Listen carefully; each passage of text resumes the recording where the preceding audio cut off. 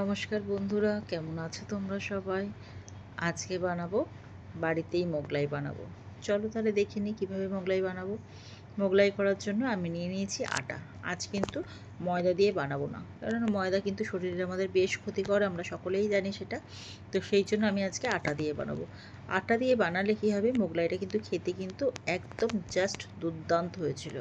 তোমরা আটা দিয়ে একবার বানিয়ে দেখো, আশা করি তোমাদের ভালো লাগবে। আর মোগলাই দেওয়ার জন্য আমি ওইদিকে ভেজিটেবলস নিয়ে দিচ্ছি, টমেটো, ক্যাপসিকাম, পেঁয়াজ আর কাঁচা লঙ্কা নিয়েছি।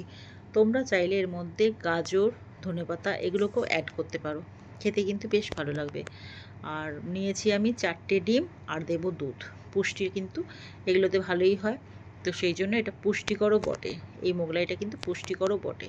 বাড়ির বাচ্চাদের বা বড়দের যারই খেতে ইচ্ছা করুক, সকালের ব্রেকফাস্টেই হোক আর রাত্রে ডিনারেই হোক, যখনই হোক না কেন, এটা কিন্তু খুব সহজে তাড়াতাড়ি বাড়িতে খুব তাড়াতাড়ি হয়ে যায় এবং খুব পুষ্টিকর।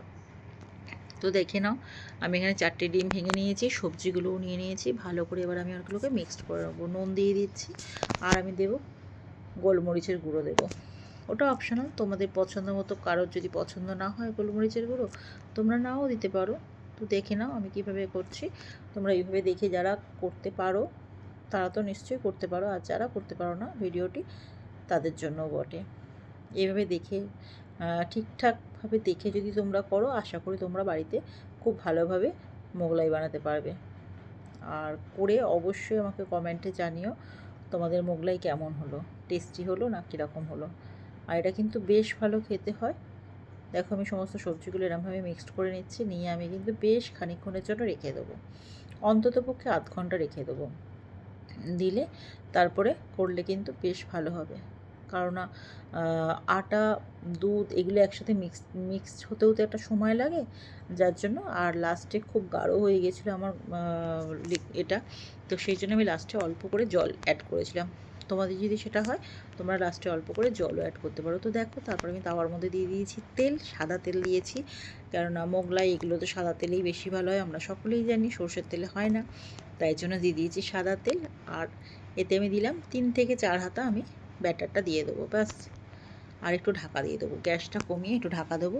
এইসব রান্নাগুলো একটু ঢাকা দিয়ে করলে কি হয়, ভেতরটাও খুব ভালোভাবে কুকড হয়, রান্না হয়। তো সেই জন্য আমি এটাকে দিয়ে প্রায় 1 থেকে 1.5 মিনিটের মতো ঢাকা দিয়ে রাখবো, গ্যাসটা কমিয়ে দিয়ে।